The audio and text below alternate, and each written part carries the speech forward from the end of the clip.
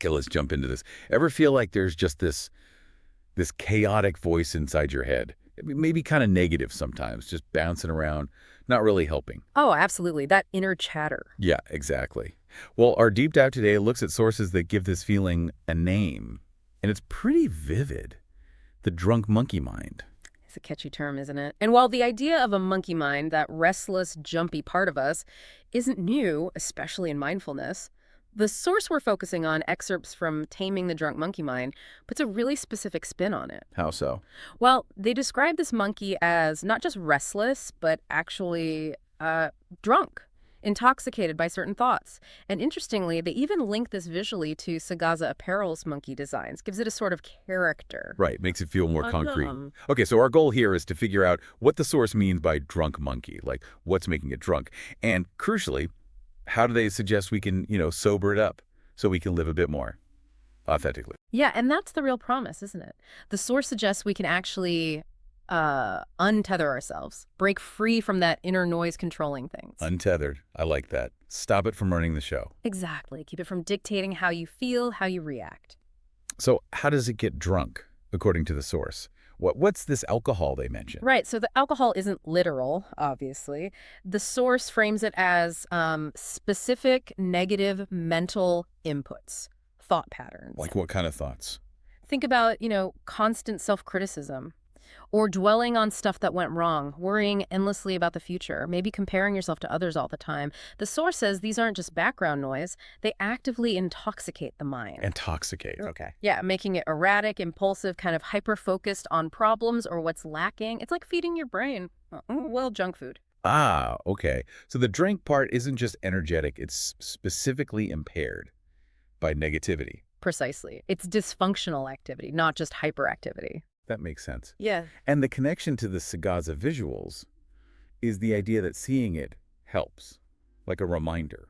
That seems to be the implication. Well, the main thing is the mental process, having that visual cue, maybe on apparel or something. It could work as a prompt. You see it, and it reminds you, right, the drunk monkey, making this abstract idea easier to grab onto, like a little flag. Okay, so we've got the alcohol, these negative thought loops. How does the source say we sober the monkey up? Change the beverage, so to speak. Yeah, that's the practical part, right? What do we do? The source suggests it's not about silencing or like caging the monkey. It's more about changing its diet, Yeah. switching out that negative alcohol for something else, something positive. Positive beverages. What are those, according to the source? Things like gratitude come up a lot. Mindfulness is key too. Okay, but how? Just be grateful. Well, it's a bit more active than that. The source suggests consciously looking for things to appreciate or deliberately focusing on the present moment, without judging it, actively steering your attention away from those negative loops that get it drunk. It's about building a habit, really, offering these positive inputs consistently. So instead of just letting it spin out on some mistake. Right. You consciously shift focus, maybe to what you learned or a small win you had, or even just the feeling of, say, your breath going in and out. It's like attention training for your inner monkey.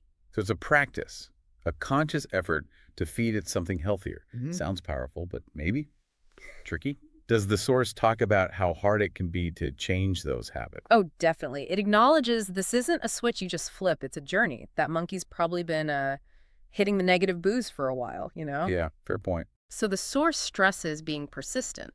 And also, importantly, being compassionate with yourself through it all. It's about making small, consistent choices, offering those better drinks, knowing you might slip up sometimes. That's part of it. Just gently guide it back. Little actions adding up over time. Exactly. Which really ties back to the source's main encouragement. You got to take action. This isn't just theory. Right, it's about actively doing something with your inner world. Totally. The core message feels like empowerment. You can influence your inner state. By choosing those beverages consciously, you can shift from feeling chaotic and, drunk to feeling clearer, more grounded, more you. Okay, so let's wrap this up. Our deep dive into taming the drunk monkey mind suggests looking at that inner chatter as this drunk monkey. It gets intoxicated by negative thoughts, the alcohol. Right, and sobering it up isn't about fighting it, but consciously giving it better beverages, things like gratitude, mindfulness. And it takes practice, persistence, Ugh. self-compassion, small steps. Absolutely. Which leads to a final thought, maybe for you listening right now. Thinking about the source's idea, what specific negative alcohol, that particular kind of worry or self-criticism, maybe comparison, does your drunk monkey seem to like the most? And knowing that, what's one small positive beverage, maybe just one thing you're grateful for, or 30 seconds of noticing your breath? What could you offer it consciously starting today, just to begin that sobering up process?